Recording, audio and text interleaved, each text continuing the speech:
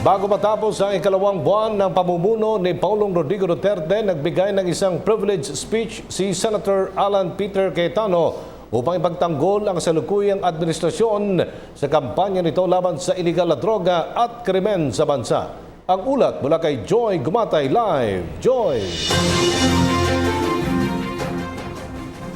Aljo, didepensahan ni Senador Alan Peter Cayetano ang ating Pangulong Rodrigo Duterte sa pakikipaglaban niya at ng buong administrasyon sa iligal na droga dahil sa hindi matapos-tapos na paninirang puri ng iba't ibang grupo sa labas man o sa loob ng bansa. Ayon sa ating mambabatas, karamihan kasi sa mga lumulutang na bali-balita patungkol nga yung mga pumupuna dito sa pamamalakad ni Pangulong Rodrigo Duterte ay mga opinyon o di kaya naman mga kathang isip lamang.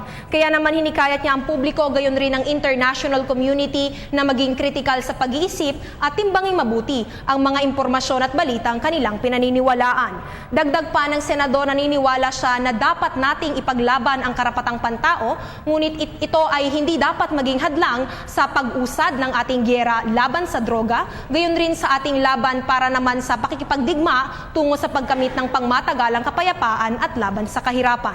Muli namang pinaalalahanan ni Senador Alan Peter Cayetano ang publiko na sa ating pagtatalaga kay Pangulong Rodrigo Duterte bilang pinakamataas na pinuno ng bansa noong nagdaang eleksyon ay may kaakibat na matinding paniniwala na ang lahat ng desisyon at aksyon na isasagawa nito ay para sa ikabubuti ng nakararami.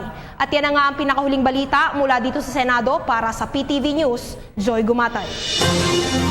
Maraming salamat, Joy Gumatay. Ako po si Cathy San Gabriel. Subscribe na sa PTV YouTube channel. I-click lang po ang subscribe button.